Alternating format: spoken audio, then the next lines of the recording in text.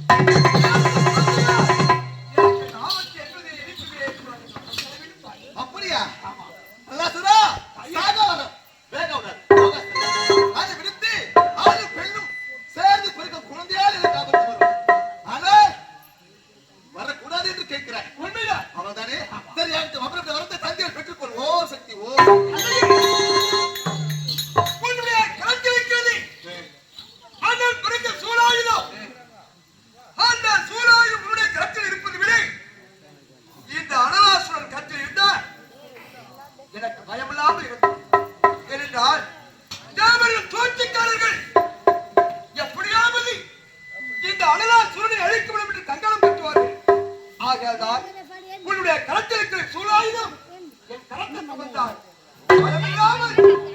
எனக்கு நாடு நகரம் முத்தார் உறவினர் யாருமே இல்லை. எனக்கு என்று ஒரு நாடு தேவை. என் நாட்டு மக்கள் எனக்கு தேவை. நாட்டு மக்களை காப்பாற்ற வாழ வேண்டும்.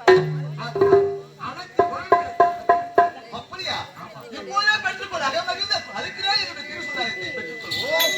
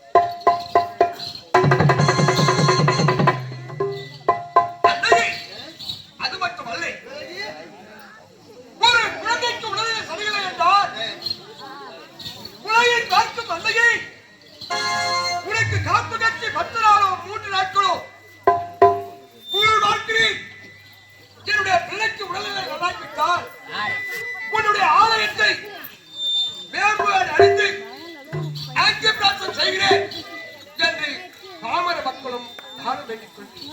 ஆகையால் நீ அணிந்திருக்கிறாய் அந்த வேம்பு ஆடை என் உடலெல்லாம் கஷ்டமாக இருக்கிறது, உடலெல்லாம் வலிக்கிறது.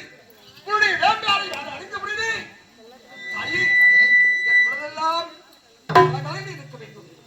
ஆகையால் நீ அணிந்திருக்கிற அந்த வேம்பு ஆடை எனக்கு படைத்திருக்காய். அப்படியா? சரி, ஆகட்டும், இதையும் பெற்றுக்கொள். ஓ சக்தி, ஓ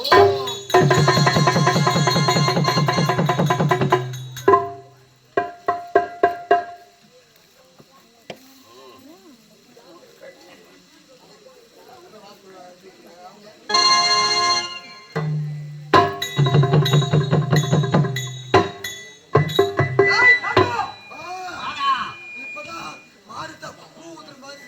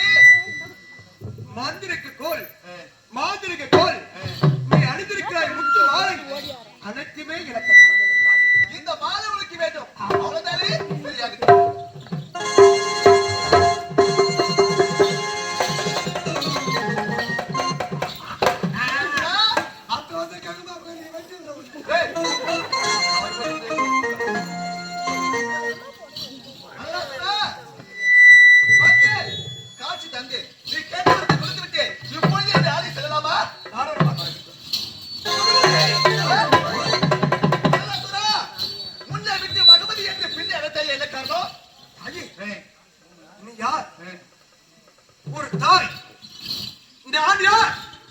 ஒரு பிள்ளை. உண்மைதான். ஒரு பிள்ளை பிறப்பது எதற்காக? தாய் தந்தை பெயர் உச்சரிப்புக்கு தானே. உண்மைதானப்பா? உண்மைதானே. சரி, தவறாக நான் ஒரு பிள்ளை, ஒரு தாயை அழைத்து என்ன இருக்கிறது? அப்படியா? வேற ஒன்றும் தெரியாது. இப்போது செல்லலாமா?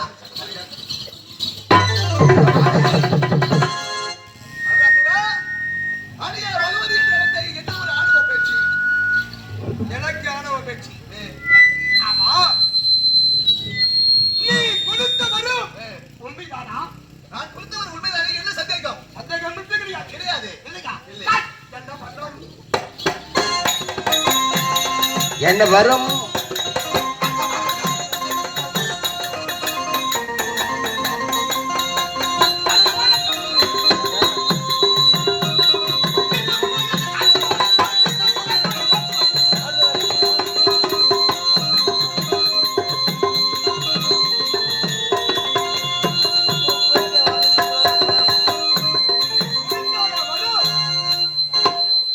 நீட்டாக இருக்குமா, குண்டாக இருக்குமா, வட்டமாக இருக்குமா, சதுரமாக இருக்குமா, கருப்பாக இருக்குமா, சகப்பாக இருக்குமா, எந்த நிறத்தில் இருக்கும்? அல்லா சொல்றா, நீ கூறு வார்த்தை விதியில் விதியாக இருக்கிறது. நான் கொடுத்த வரம் நீட்டாக இருக்கிறது, முண்டாக இருக்காது, பெருமாக இருக்காது, வலுவாக இருக்காது, நிறம் தெரியாது. அது எப்படி தெரியுமா? எப்படி நாவிலால் ஓதப்பட்டது தகுந்த நேரத்துல உங்களுக்கு பலிக்கும். உண்மையா? உண்மைதான், நிச்சயமாக.